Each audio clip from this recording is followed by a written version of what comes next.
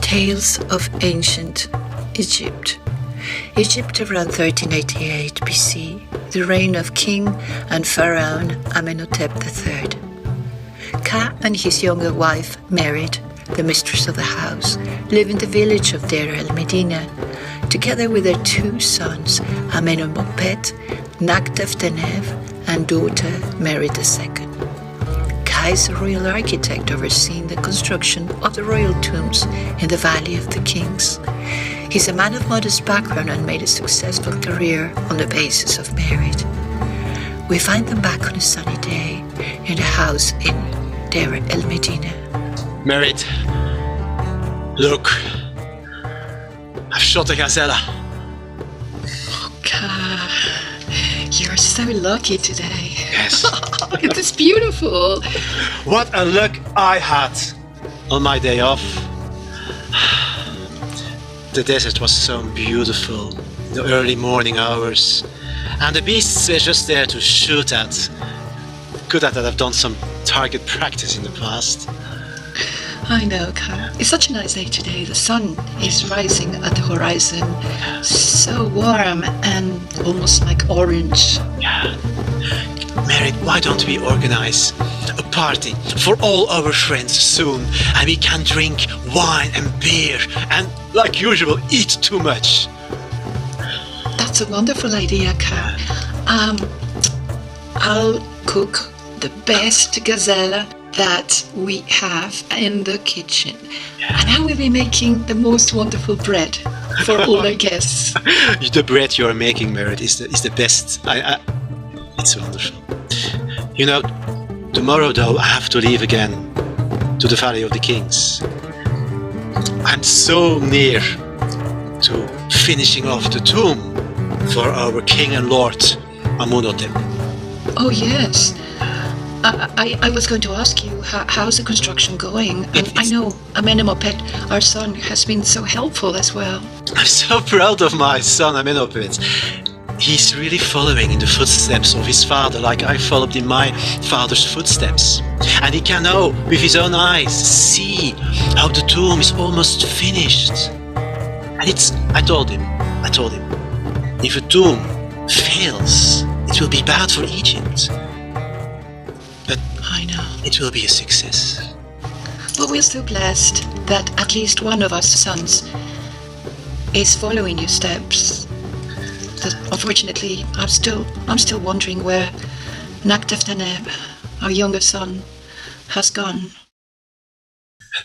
Nakhtef-Tanev, do you know what he said to me the other day? He's not interested in construction works. He wants to be an archer in the army of the king. Merit, I can't accept that. I looked in his eyes and I don't think he will change his mind.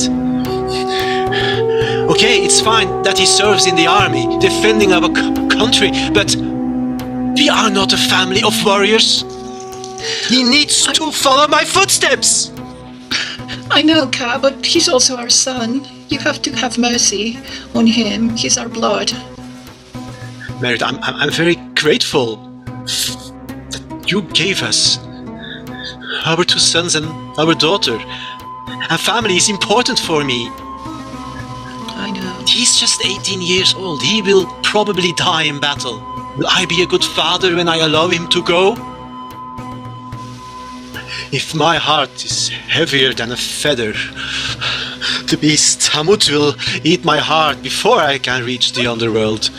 But this is something I have to insist on, Merit. And Merit, I want that you and me think about this the same. You have also to convince our son Nakhtef-Tanev to follow my footsteps. I expect that from you as my wife, Merit. I expect that. Okay, Kha, I'll try to do my best. I will talk to him. He left. Naktif-Taneb left. I'm so sorry, Kha. I tried to talk to him. I really tried. But he's got his mind absolutely fixed on becoming an archer. And he said he had enough. He said he needed to go. He didn't want to know any more about us. You know what that means, Merit? He might be away for years. We will probably not ever see him again. How can we ensure that he can be buried in our family chapel? I would be so sad, Kha, when we finally go and we don't see him again in the underworld. When we live well, Merit, we hopefully see him again in the underworld. Look, I've ordered the Book of Death. It will help us guiding. Finally, I've ordered an artist to make the best example. It will have incantations and spell to help us finding our way in the underworld and finding back our son eventually. Thank you, Kha. I will read the Book of the Dead. I will learn the incantations. I will help you. Yes. That's good. In fact, I have to go and cook some of the bread for the party. For the guests. Okay. Yes. I wonder what to do. My son, Naktif-Taneb, has his own plans. Perhaps the thought of becoming an archer is not so bad. He will be part of the novelty with the pharaohs. But on the other hand, I don't want to disappoint my husband, Kha. He's just so keen that Naktif-Taneb follows the same steps as his brother, Amenemopet. He would be so happy if our two sons follow the construction steps. Maybe I'm doing something wrong. Maybe I'm not being as strict as I should with Naktif-Taneb. Maybe it's all my fault. It's my fault. He died. He was bitten by a scorpion. They were marching in the desert.